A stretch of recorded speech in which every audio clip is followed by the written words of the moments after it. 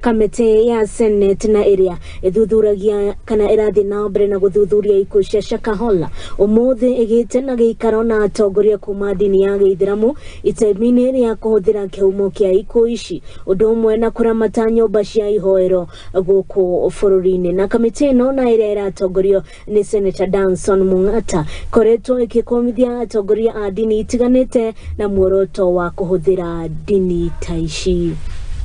And then invite the registrar of persons. So they come and educate them, take them through to understand how do you require to get an ID card, for example. So they are all the time to ask questions, so I need this, I need that. So, and in that process, it helps people to understand, oh, okay, I'm the one who was wrong. I wish I could have done this, I could have gotten my ID. So such kind of conversations makes people to open up their minds and also to have that feeling that it's not that I'm not actually being wanted, I did not do it right. And then people, some people have been able to benefited and they have changed their perception.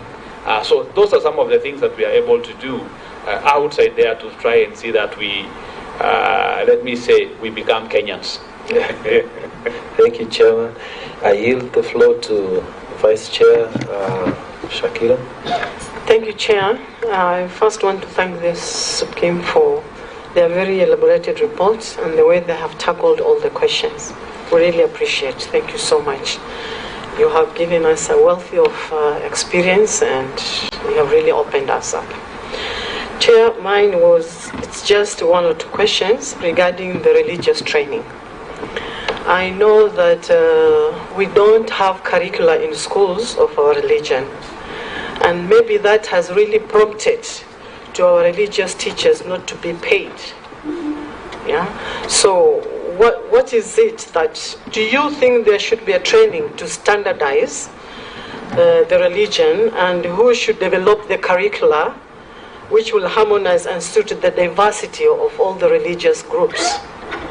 Yeah.